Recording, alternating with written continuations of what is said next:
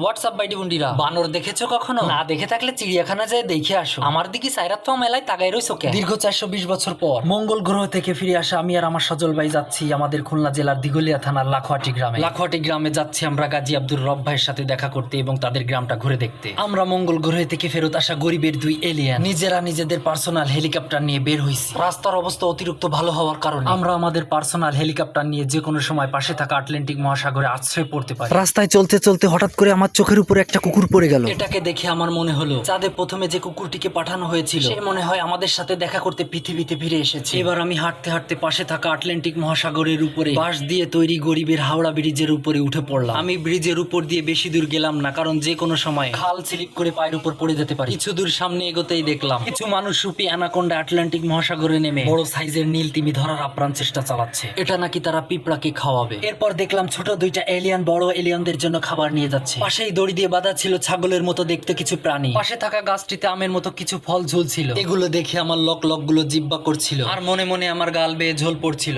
আপনারা চাইলে এরকম সুন্দর সুন্দর আম গাছ আপনারা আপনাদের উঠানে লাগাতে পারেন, তাহলে সুস্বাদু ফলও পাবেন, কলিজা জোড়ানো ছায়াও পাবেন। আটলান্টিক মহাসাগরের ভিতরে একটা মানুষরূপী এলিয়ান তার এই বিশাল জাহাজ থেকে পানি দিয়ে বালতিগুলো সাগরের ভিতর ফেলছিল। পাশে রাখা ছিল নৌকার মতো দেখতে কিছু পাছা ছেঁড়া জাহাজ। এগুলোকে দেখে মনে হচ্ছিল এগুলো আনুমানিক 420 বছর আগে থেকে এখানে নষ্ট হয়ে পড়ে আছে। শেষমেশ আমরা পৌঁছে গেলাম গাজী আব্দুর রব ভাইয়ের কাছে। রব ভাই আমাদের দেখে একটা চমলক্ষ হাসি দিয়ে দিল।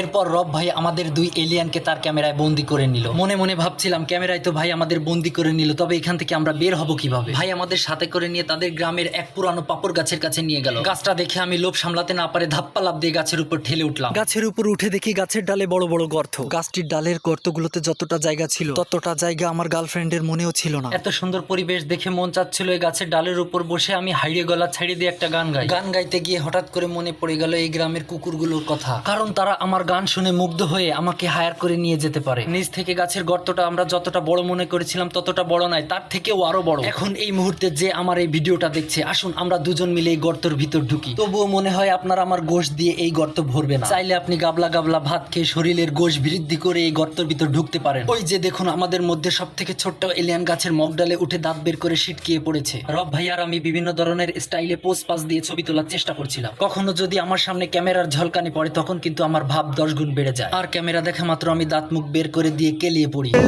এইখানে বইয়া বইয়া পাকা পাকা কথা কইতে আছে। বড়ি হাইলে ভাব লইতে আছে।